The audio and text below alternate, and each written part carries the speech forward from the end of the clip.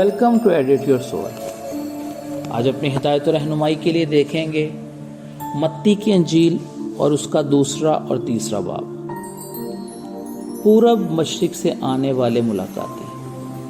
جب یسوع ہیرودیس بادشاہ کے زمانہ میں یہودیہ کے بیت لحم میں پیدا ہوا تو دیکھو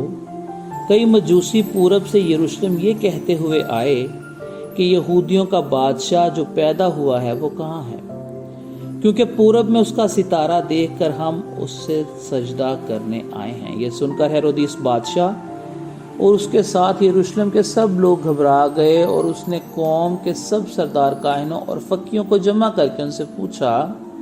کہ مسیح کی پیدائش کہاں ہونی چاہیے۔ انہوں نے اس سے کہا یہودیہ کے بیت لحم میں، کیونکہ نبی کی معرفت یوں لکھا ہے کہ اے بیت لحم یہودا کے علاقے، تو یہودا کے حاکموں میں ہرگز سب سے چھوٹا نہیں، کیونکہ تجھ میں سے ایک سردار نکلے گا جو میری امت اسرائیل کی گلابانی کرے گا۔ اس پر یہودیوں نے مجوسیوں کو چپکے سے بلا کر ان سے تحقیق کی کہ وہ ستارہ کس وقت دکھائی دیا تھا، اور یہ کہہ کر انہیں بیت لحم کو بھیجا کہ جا کر اس بچے کی بابت ٹھیک ٹھیک دریافت کرو، اور جب وہ تم ملے تو مجھے خبر دو تاکہ میں بھی آ کر اسے سجدہ کروں۔ وہ بادشاہ کی بات سن کر روانہ ہوئے، اور دیکھو جو ستارہ انہوں نے پورب میں دیکھا تھا اور ان کے آگے آگے چلا یہاں تک کہ اس مقام پر جا کر ٹھہر گیا جہاں وہ بچہ تھا۔ وہ ستارے کو دیکھ کر نہایت خوش ہوئے، اور اس گھر میں پہنچ کر بچے کو اس کی ماں مریم کے پاس دیکھا، اور اس کے آگے گر کر سجدہ کیا، اور اپنے ڈبے کھول کر سونا اور لبان اور مور اس کو نظر کیا، اور ہیرودیس کے پاس پھر نہ جانے کی ہدایت خواب میں پا کر دوسری راہ سے اپنے ملک کو روانہ ہوئے، مصر کو بھاگ جانا۔ جب وہ روانہ ہو گئے تو دیکھو خداوند کے فرشتہ نے یوسف کو خواب میں دکھائی دے کر کہا، اٹھ بچے اور اس کی ماں کو ساتھ لے کر مصر کو بھاگ جا، اور جب تک میں تجھے نہ کہوں وہیں رہنا، کیونکہ ہیرودیس اس بچے کو تلاش کرنے کو ہے تاکہ اسے ہلاک کرے۔ پس وہ اٹھا اور رات کے وقت بچے اور اس کی ماں کو ساتھ لے کر مصر کو روانہ ہوا، اور ہیرودیس کے مرنے تک وہیں رہا، تاکہ جو خداوند نے اپنی نبی کی معرفت کہا تھا وہ پورا ہو کہ مصر میں سے میں نے اپنے بیٹے کو بلایا۔ بچوں کا قتل عام۔ جب ہیرودیس نے دیکھا کہ مجوسیوں نے میرے ساتھ ہنسی کی تو وہ نہایت غصے ہوا، اور آدمی بھیج کر بیت لحم اور اس کے سب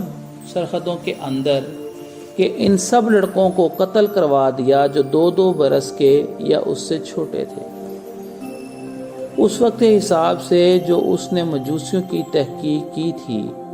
اس وقت وہ بات پوری ہوئی جو یرمیاہ نبی کی معرفت کہی گئی تھی کہ راما میں آواز سنائی دی، رونا اور بڑا ماتم، راحل اپنے بچوں کو رو رہی ہے اور تسلی قبول نہیں کرتی اس لیے کہ وہ نہیں ہے۔ جب ہیرودیس مر گیا تو دیکھو خداوند کے فرشتہ نے مصر میں یوسف کو خواب میں دکھائی دے کر کہا کہ اٹھ اس بچے کو اور اس کی ماں کو لے کر ہیرودیس کے ملک میں چلا جا، کیونکہ جو بچے کی جان کے خواہاں تھے وہ مر گئے۔ پس وہ اٹھا اور بچے اور اس کی ماں کو ساتھ لے کر اسرائیل کے ملک میں آ گیا، مگر جب سنا کہ ارخلاوس اپنے باپ ہیرودیس کی جگہ یہودیہ میں بادشاہی کرتا ہے تو وہاں جانے سے ڈرا، اور خواب میں ہدایت پا کر گلیل کے علاقہ کو روانہ ہو گیا، اور ناصرت نام اس شہر میں جا بسا، تاکہ جو نبیوں کی معرفت کہا گیا تھا وہ پورا ہو کہ وہ ناصری کہلائے گا۔ ان دنوں میں یوحنا بپتسمہ دینے والا آیا اور یہودیہ کے بیابان میں یہ منادی کرنے لگا، توبہ کرو کیونکہ آسمان کی بادشاہی نزدیک آ گئی۔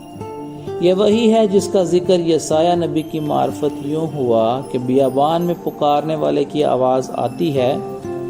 کہ خداوند کی راہ تیار کرو، اس کے راستے سیدھے بناؤ۔ یہ یوحنا اونٹ کے بالوں کی پوشاک پہنے اور چمڑے کا پٹکا اپنی کمر سے باندھے رہتا تھا، اور اس کی خوراک ٹڈیاں اور جنگلی شہد تھا۔ اس وقت یروشلم اور سارے یہودیہ اور یردن کے گرد و نواح کے سب لوگ نکل کر اس کے پاس گئے اور اپنے گناہوں کا اقرار کر کے دریائے یردن میں اس سے بپتسمہ لیا۔ مگر جب اس نے بہت سے فریسیوں اور صدوقیوں کو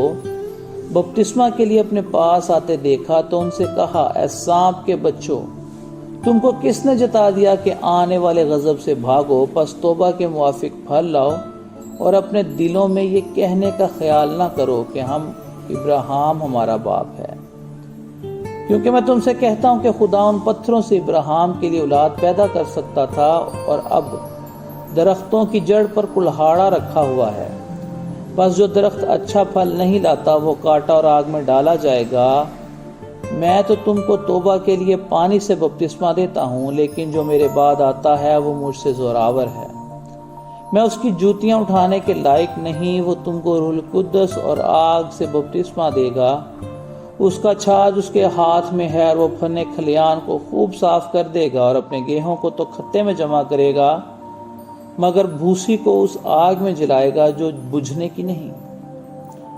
یسوع کا بپتسمہ۔ اس وقت یسوع گلیل سے یردن کے کنارے یوحنا کے پاس اس سے بپتسمہ لینے آیا، مگر یوحنا یہ کہہ کر اسے منع کرنے لگا